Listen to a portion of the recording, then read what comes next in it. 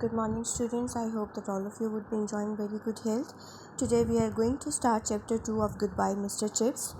In this chapter you will get to know the details about Brookfield School, एक ऐसा school जिसका बुनियादी ढांचा 18वीं सदी के सुर्ख पत्थरों की इमारत पर मुश्तमिल था और ब्रुकफील्ड स्कूल 16वीं सदी में क्वीन एलिज़ाबेथ के दौर में कायम हुआ था. It couldn't become famous like Harrow or Eton due to bad luck, but it produced a large number of history-making men like judges, members of parliaments, administrators, lords, bishops, manufacturers and parsons. साथ ही इस chapter में आपको chips के बारे में पता चलेगा कि he was an ambitious young man of 22 when he joined Brookfield. He dreamed to become the head or at least a senior teacher of Brookfield School. Later, chips को एहसास हुआ that he lacked qualification to fulfill his dream, कि अपना ये ख्वाब पूरा करने के लिए उसके पास मतलूबा क्वालिफ़िकेशन जो है वो नहीं है, यानी अहलियत नहीं है. So, he struggled to make his name as a teacher at the start. At 40, he was settled and happy. At 50, he was a senior member of the staff. At 60 he was Brookfield himself, यानी उसने अपने आप में जो है वो एक ऐसी क्वालिटी, एक ऐसी अहलियत अडॉप्ट कर ली थी कि वो बताते खुद एक अदारा बन गया था. At 65 he was retired from the school with a farewell party. तो ये वो बातें हैं जो आपको इस चैप्टर में पता चलेंगी. अब आइए हम इस चैप्टर को रीड करना स्टार्ट करते हैं. Across the road, behind a rampart of ancient elms, lay Brookfield. Cross the road, road के पार एक रैम्पर्ट ऑफ एंशंट एम्स. रैम्पर्ट बोलते हैं एक फसील को, एक जो होती है ना बाउंड्री, उसको बोलते हैं हम रैम्पर्ट ऑफ एंशंट एल्म्स. एल्म्स हैं पुराने दरख्त जिनको आप देवदार के दरख्त बोलते हैं, और एंशंट का मतलब होता है बहुत कदीम. ले ब्रुकफील्ड. अब ब्रुकफील्ड किस जगह पे है? ब्रुकफील्ड जो है वो देवदार के जो दरख्त हैं जो बहुत पुराने हैं उनकी एक फसील के पीछे खड़ा है. रसेट सुर्खी माइल रंग है. Under its autumn mental of creeper. और ये सुर्खी माइल रंग उसका क्यों है?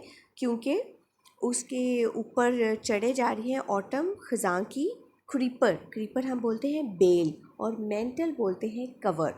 कि ब्रुकफील्ड को जो दीवारें हैं उस पर ख़ज़ां की जो बेलें हैं सुर्ख रंग की, उन्होंने कवर चढ़ाया हुआ है और उसके पीछे ब्रुकफील्ड है.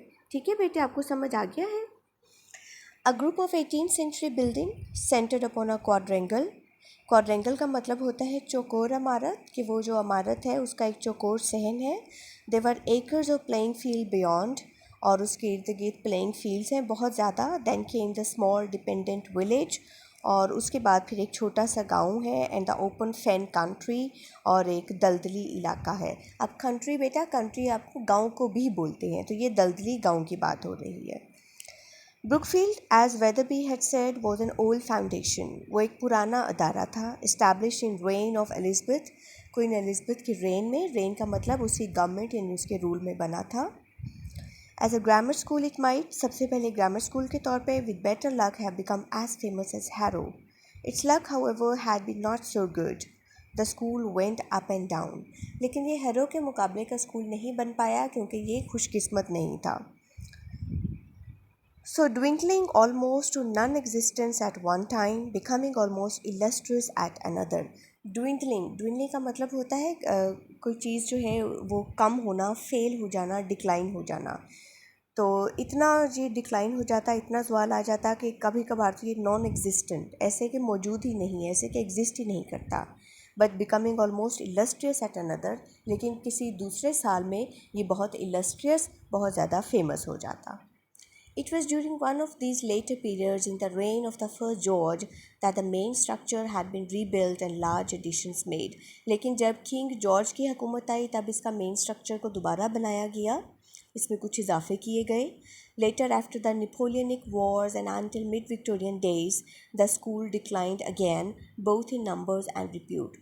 और उसके बाद जब नेपोलियन की जंगें शुरू हुई और क्वीन विक्टोरिया का दौर आया, तो उस वक्त ये स्कूल दोबारा से डिक्लाइन हो गया, यानी दोबारा से ज़वाल पजीर हो गया, और इसमें स्टूडेंट्स की तादाद और रिप्यूट यानी शोहरत, उसकी फेम जो है वो भी कम हो गई. Wetherby, who came in 1840, restored its fortune somewhat. 1840 में वेदरबी ने रीस्टोर, बहाल की इसकी फॉर्चून, उसकी लक को, उसकी किस्मत को समवट समहाउ किसी न किसी तरह, but its subsequent history never raised it to front rank status. लेकिन स्कूल की जो सब्सिक्वेंट हिस्ट्री, जो उसकी रिलेटेड हिस्ट्री थी, जो पिछली हिस्ट्री थी, उसकी वजह से स्कूल कभी भी पहले नंबर का स्कूल नहीं बन पाया। It was nevertheless a good school of the second rank. लेकिन बहरहाल ये दूसरे दर्जे का एक अच्छा स्कूल था। सो नेवरदलेस का मतलब है however. Several notable families supported it. बहुत सारी नोटेबल यानी मशहूर फैमिलीज़ ने इसको सपोर्ट किया। It supplied fair samples of the history-making men of the age, judges, members of parliament, colonel, administrators, few peers and bishops.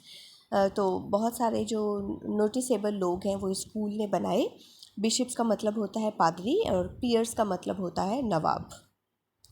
Merchants यानी ताजर, manufacturers, सनतकार and professional man और पेशावर आदमी, with a good sprinkling of country squares and Parsons, जिसमें good स्प्रिंकलिंग्स, जिसमें एक थोड़ी सी तादाद जो थी वो उन लोगों की भी थी जो ज़िम्मेदार और पादरी बनकर स्कूल से निकलते थे, पादरी बनते थे बाद में। सो कंट्री स्क्वायर्स का मतलब है ज़िम्मेदार यानी लैंडलॉर्ड, और पार्सन्स जो है वो आप पादरी को बोलते हैं यानी बिशप्स को बोलते हैं।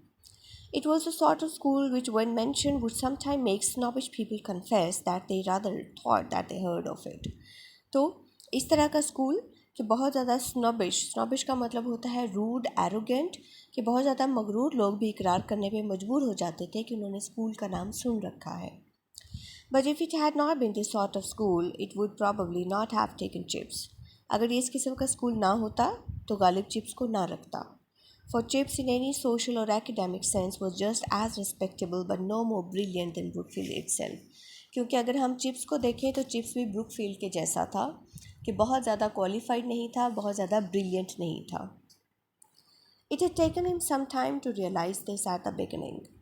पहले तो उसको ये रियलाइज़ करने में थोड़ा वक्त लगा। Not that he was boastful और कंसीटेड, इसलिए नहीं कि वो बोस्टफुल या कंसीटेड था। बोस्टफुल और कंसीटेड का बेटे एक ही मतलब होता है कि आपने प्राउड होना, हॉटी होना। इसलिए नहीं कि वो प्राउड था, but he had been in his early 20s as ambitious as most of the other young man at such an as.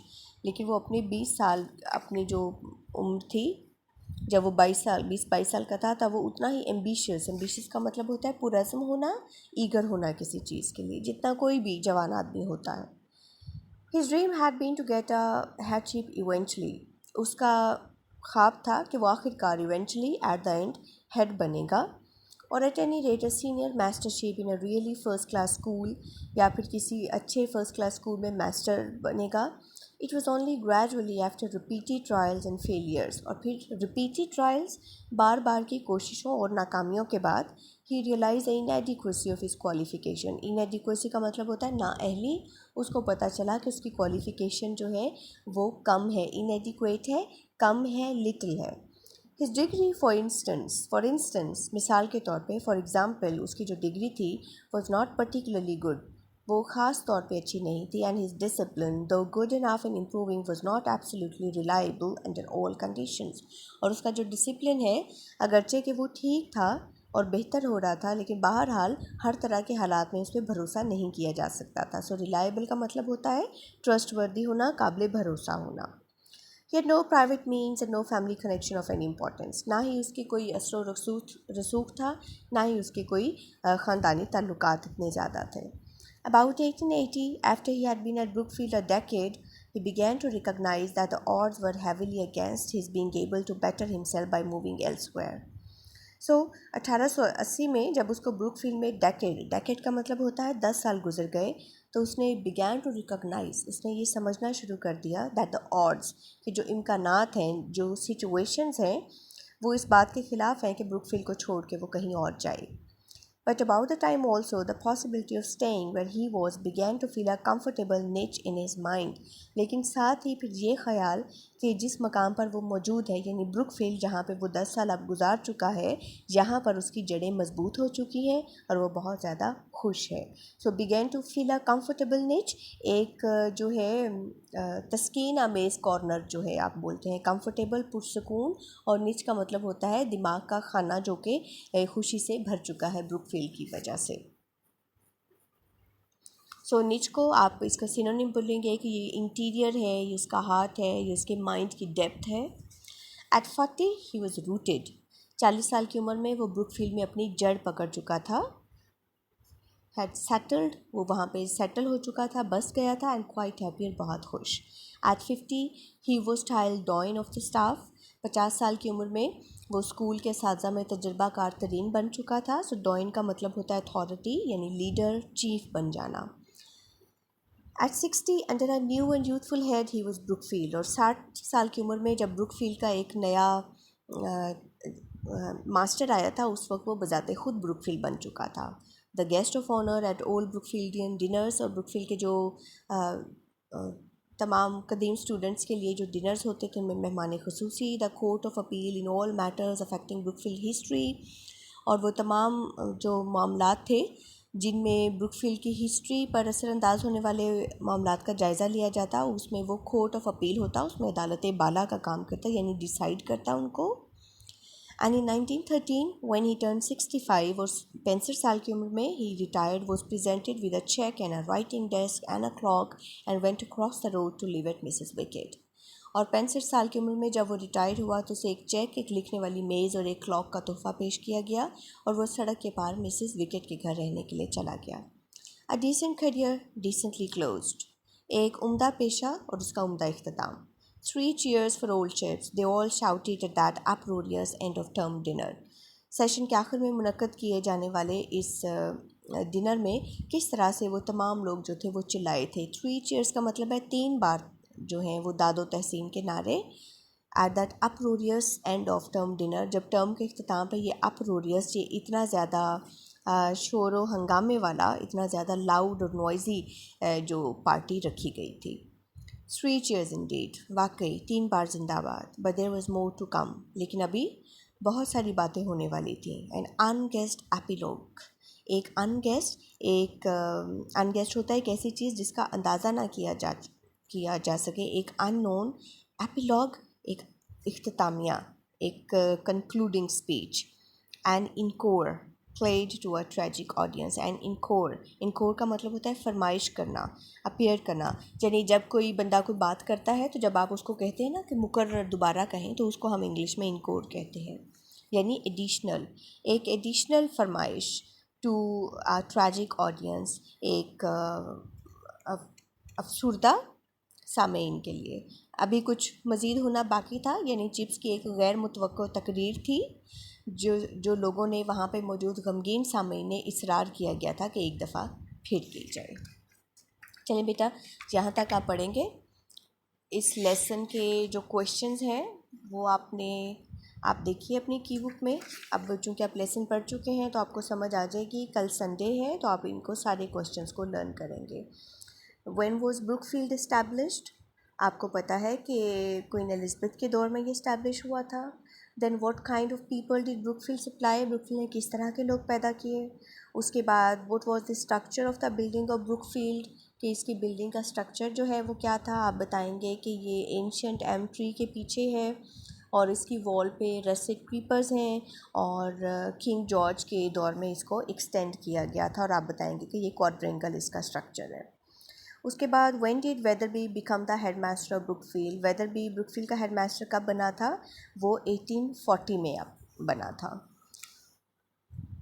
So why was Chips taken as a teacher at Brookfield, Chips Brookfield में ही एक teacher क्यों बना था, तो वो आपको पता है कि क्योंकि वो इतना ब्रिलियंट टीचर नहीं था, और ब्रुकफील्ड भी एक सेकेंड रैंक का स्कूल था। When was mister chips N ambitious teacher, was mister chips N ambitious teacher, क्या वो एम्बिशियस था और उसके क्या एम्बिशन थे, तो आपको पता है कि उसका पहला एम्बिशन ये था कि वो हेड मास्टर बनेगा या फिर किसी फर्स्ट क्लास स्कूल में मास्टर बनेगा, लेकिन बाद में उसने अपने आप को ब्रुकफील्ड में सेटल कर लिया। अच्छा जी, अब चिप्स जो है, अगला क्वेश्चन है, how did mister chips come to know that he was not brilliant, mister chips को कैसे पता चला कि वो ब्रिलियंट नहीं है। सो कि रिपीटेड ट्रायल्स और फेलियर के बाद उसने फाइनली रियलाइज़ कर लिया कि उसकी क्वालिफ़िकेशन जो है वो भी इनएडुक्वेट है, और उसका जो है डिसिप्लिन जो है वो भी इतना अच्छा नहीं है। इसलिए उसने रियलाइज़ कर लिया कि वो जहाँ ब्रुकफील्ड में जिस हैसियत से है उसमें बिल्कुल ठीक है। When did mister chips retire would was presented to him, जब रिटायर हुए उन्हें क्या पेश किया गया? आपको पता है कि उनको एक डेस्क, एक क्लॉक और चेक पेश किया गया। और उसके बाद मिस्टर चिप्स ने अपनी एक स्पीच, आखिरी स्पीच पेश की और उसके बाद दादो तहसीन में वो ब्रुकफील्ड से रुखसत होकर मिसेस विकेट के घर रहने के लिए चले गए। सो और what ownership did mister chips earn in Brookfield, mister chips ने ब्रुकफील्ड में उनको क्या क्या जो है उनके तजुर्बात हुए, तो आप बताएंगे कि he was selected as Dean of the staff, and then he worked as court of appeal for all the matters relating to Brookfield, and he was Brookfield himself। ठीक है बेटे, तो ये कुछ क्वेश्चंस हैं जो आपने इस लेसन के लर्न करने हैं। चैप्टर 2 आज कंप्लीट हो गया है। अब नेक्स्ट डे हम इसका लेसन 3 स्टार्ट करेंगे। Take very good care of yourself. See you tomorrow. अल्लाह हाफिज़।